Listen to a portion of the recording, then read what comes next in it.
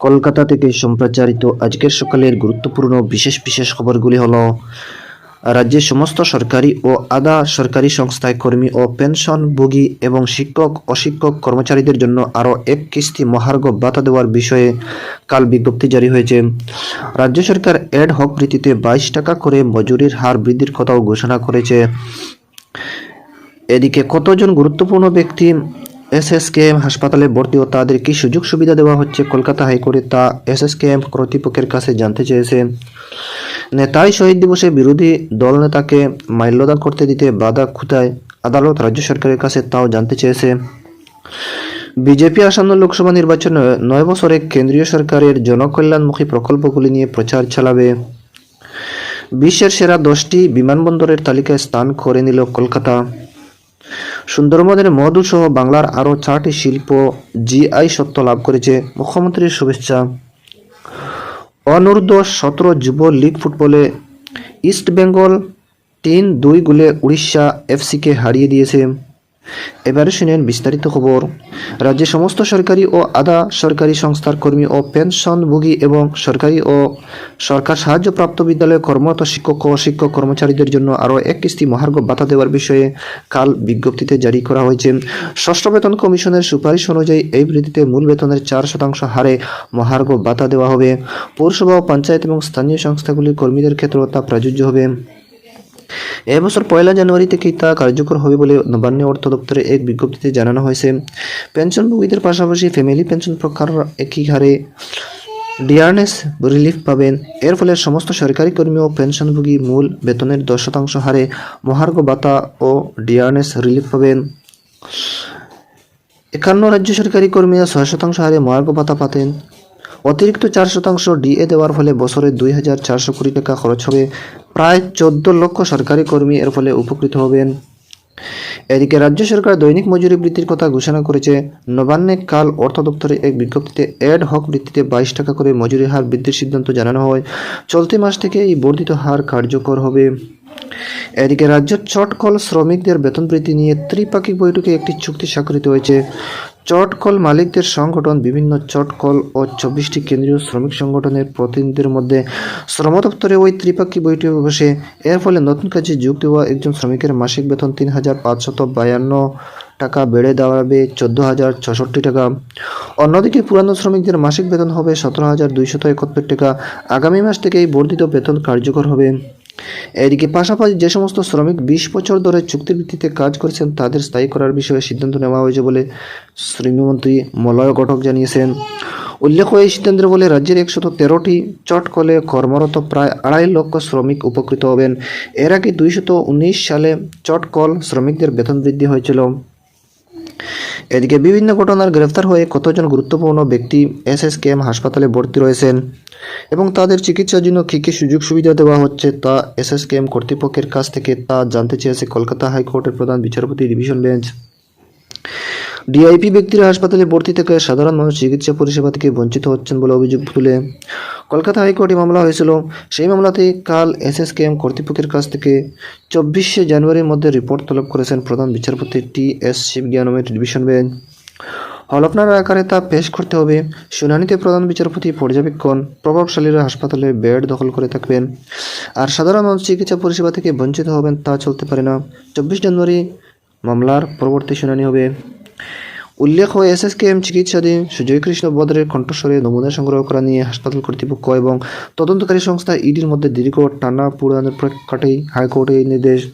আগেই জানানো হয়েছে, গতকাল রাত 9:30টার পর সুজয় কৃষ্ণকে এসএসকেএম হাসপাতাল থেকে জুকার ইএসআই হাসপাতালে নিয়ে যাওয়া হয়। আলাদা গড়ে ইডির আধিকারিক এবং ইএনটি বিশেষজ্ঞদের উপস্থিতিতে সংগ্রহ করা হয় এই নমুনা। সুজয় কৃষ্ণকে দিয়ে একই বাক্য বারবার বলানো হয় বলে জানা গেছে। এই নমুনা পাঠানো হয়েছে সেন্ট্রাল ফরেন্সিক ল্যাবে। এদিকে কালীঘাটের কাকুর কণ্ঠস্বরের সঙ্গে পিসি এবং বাইপুর কণ্ঠস্বর মিলে যাবে বলে রাজ্যের বিরোধী দলনেতা শুভেন্দু অধিকারী কটাক্ষ করেছেন। তিনি কাল পশ্চিম মেদিনীপুরের গড়বেতায় বিডিও অফিসের মাঠে ছোটো আঙ্গারিয়া গণহত্যাকাণ্ডের স্মরণে এক জনসভায় বক্তব্য রাখছিলেন। এদিকে নেতাই গণহত্যার শহীদ দিবসে বিরোধী দলনেতা শুভেন্দু অধিকারী মাল্যদান করতে দিতে বাধা কোথায়? রাজ্য সরকারের কাছে তা জানতে চেয়েছে কলকাতা হাইকোর্ট। আগামী 7 তারিখ ঝাড়গ্রামের নেতাইয়ে গণহত্যার শহীদ দিবসে শ্রদ্ধা জানাতে সেখানে যেতে চেয়ে কলকাতা হাইকোর্টের আগাম অনুমতি চেয়েছেন শুভেন্দু অধিকারী। এদিকে বিজেপি আসন্ন লোকসভা নির্বাচনে গত 9 বছরের কেন্দ্রীয় সরকারের জনকল্যাণমুখী প্রকল্পগুলি নিয়ে প্রচার চালাবে। পূর্ব মেদিনীপুরে কাল দলীয় কর্মসূচিতে যোগ দিতে গিয়ে বিজেপি নেতা ও কেন্দ্রীয় প্রতিমন্ত্রী পঙ্কজ চৌধুরী জানিয়েছেন, বিশ্বের দরবারে দেশকে তুলে ধরতে সরকার এই উদ্যোগ নিয়েছে, সেই বিষয়টিও মানুষের সামনে তুলে ধরা হবে। এদিকে 100 দিনের কাজে কেন্দ্রীয় সরকার টাকা দিচ্ছে না বলে তৃণমূল কংগ্রেস যে অভিযোগ তুলেছে, সে প্রসঙ্গে শ্রী চৌধুরী বলেন, প্রতিটি প্রকল্পে সরকার অর্থ দিয়েছে, তার ইউটিলাইজেশন সার্টিফিকেট বা হিসাবে দেওয়া বাধ্যতামূলক। পশ্চিমবঙ্গ সরকার সেই হিসাবে দেয়নি বলে টাকা বরাদ্দ বন্ধ হয়েছে।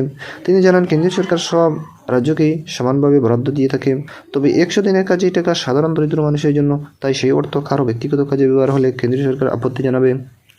এদিকে লোকসভা ভোটের আগে সাধারণের কাছে কেন্দ্রীয় সরকারের প্রকল্পের প্রচার তুলে ধরতে বিজেপি মোদি গ্যারান্টি ভ্যান নামে একটি কেবল চালু করেছে। মালদা উত্তরে কাল এর সূচনা করেন বিজেপি সাংসদ খগেন মুর্মু। আগামী 1 মাসেও বেশি সময় মালদার বিভিন্ন গ্রামাঞ্চল এবং শহরে কেন্দ্রীয় সরকারের প্রকল্প সম্পর্কে সাধারণ মানুষকে সচেতন করা এবং একই সঙ্গে প্রচার চালানো হবে এই ভ্যান থেকে। এদিকে কংগ্রেসের তৃণমূল কংগ্রেস প্রয়োজন মুখ্যমন্ত্রী মমতা ব্যানার্জির উদ্দেশ্যে এই মন্তব্য করলেন প্রদেশ কংগ্রেস সভাপতি সাংসদ অধীর রঞ্জন চৌধুরী। তিনি কাল মুর্শিদাবাদে বলেন, তৃণমূল কংগ্রেস দলকে বাঁচাতে গেলে এখন কংগ্রেসের প্রয়োজন। এদিকে উল্লেখ হয়, মমতা ব্যানার্জি রাজ্যে লোকসভা নির্বাচন কংগ্রেসকে 2টি আসন দেওয়ার যে কথা বলেছেন, তার প্রেক্ষিতে অধীরবাবু এই মন্তব্য। এদিকে কেন্দ্রীয় স্বরাষ্ট্র প্রতিমন্ত্রী নিশীথ প্রামাণিককে গ্রেফতারের দাবিতে আজ দিনহাটা থানায় ডেপুটেশনের ডাক দিয়েছে তৃণমূল কংগ্রেস। 2018 সালের একটি গুলি চালানোর ঘটনার অভিযুক্ত নিষেধ প্রামাণিকের রক্ষা কবচ বাতিল করেছে কলকাতা হাইকোর্টের জলপাইগুড়ি সার্কিট বেঞ্চ। এরপরে দ্রুত নিষেধ প্রামাণিককে গ্রেফতারের দাবি জানিয়েছে তৃণমূল কংগ্রেস। উত্তরবঙ্গ উন্নয়ন মন্ত্রী উদয়ন গুহ জানিয়েছেন, আগামীকাল দিনহাটা থানায় ডেপুটেশনে দেওয়া হবে।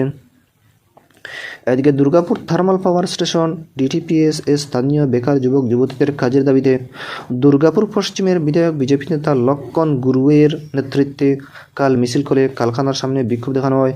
ঘটনাকে কেন্দ্র করে উত্তেজনা ছড়ায়। দুর্গাপুর থানার পুলিশ এবং তাপবিদ্যুৎ কেন্দ্রের সিআইএসএফ জওয়ানরা গিয়ে পরিস্থিতি নিয়ন্ত্রণে আনে। এদিকে ডিটিপিএস তাপবিদ্যুৎ কেন্দ্র দীর্ঘদিনে পুরানো হওয়ার দূষণ ছড়ানোর গ্রিন ট্রাইব্যুনালের নির্দেশ কারখানা বন্ধ হয়ে যায়। এদিকে বিশ্বের সেরা 10টি বিমানবন্দর তালিকায় জায়গা পেল কলকাতা বিমানবন্দর। মাঝারি আকারের বিমানবন্দরগুলির মধ্যে 9ম স্থানে রয়েছে কলকাতা নেতাজি সুভাষ আন্তর্জাতিক বিমানবন্দর। এছাড়া দেশের মধ্যে দ্বিতীয় লাভজনক বিমানবন্দর হয়েছে কলকাতা। এদিকে পুনের এক সংস্থাকে হারিয়ে বছরের শুরুতেই সুন্দরবনের মধুর ভৌগোলিক পরিচয় জ্ঞাপন জিআই সত্ত্ব পেল পশ্চিমবঙ্গ। একই সঙ্গে বাংলার আরও 4টি শিল্পকে জিআই সত্ত্ব দেওয়া হয়েছে বলে প্রশাসনিক সূত্রে জানানো গেছে। গরদ, কুড়িয়াল, টাঙ্গাইল শাড়ি ও উত্তরবঙ্গ জলপাইগুড়ি সুগন্ধি কালুনুনিয়া চাল সেই তালিকায় রয়েছে। ইতিমধ্যে কেন্দ্রীয় সরকারের জিআই পোর্টালে তোলা হয়েছে এই সংক্রান্ত তথ্য। খুব শীঘ্রই আনুষ্ঠানিকভাবে রাজ্যকে এই মর্মে চিঠি দেওয়া হবে। এদিকে রাজ্যের 4 জেলায় হাতে তৈরি শাড়ি ভৌগোলিক পরিচয় জ্ঞাপন জিআই ট্যাগের স্বীকৃতি মেলায় মুখ্যমন্ত্রী মমতা ব্যানার্জি শিল্পদের শুভেচ্ছা জানিয়েছেন। সামাজিক গণমাধ্যমে তিনি কাল পূর্ব বর্ধমান এবং নদিয়া, টাঙ্গাইল এবং মুর্শিদাবাদ এবং বীরভূমের কুড়িয়াল ও গরদ শাড়ির এই স্বীকৃতির জন্য তাঁত শিল্পীদের অভিনন্দন জানিয়ে তাদের জন্য রাজ্যবাসী গর্বিত বলে উল্লেখ করেন। এদিকে ব্যারাকপুর স্টেডিয়ামে কাল অনূর্ধ্ব-17 যুবলীগ ফুটবল ইস্টবেঙ্গল 3-2 গোলে উড়িষ্যা এফসির হারিয়ে দিয়েছে। ইস্টবেঙ্গলের পক্ষে গুণরাজ সিং, দেবজিৎ রায়, দীপু সর্দার গোল করেছেন। উড়িষ্যা এফসির সঙ্গ হেমব্রম ও আকাশ খালকো গোল করেন। ইন্ডিয়ান ওমেন লিগের ম্যাচে কাল ইস্টবেঙ্গল 0-1 গোলে হোপস এফসির কাছে পরাজিত হয়েছে। ইস্টবেঙ্গল মাঠে আয়োজিত এই ম্যাচে হোপস এফসির পক্ষে গ্লাডির এফ মেরা একমাত্র গোলটি করেছেন। দর্শক বন্ধুরা, আজকের সকালের গুরুত্বপূর্ণ বিশেষ খবর এখানেই সমাপ্তি।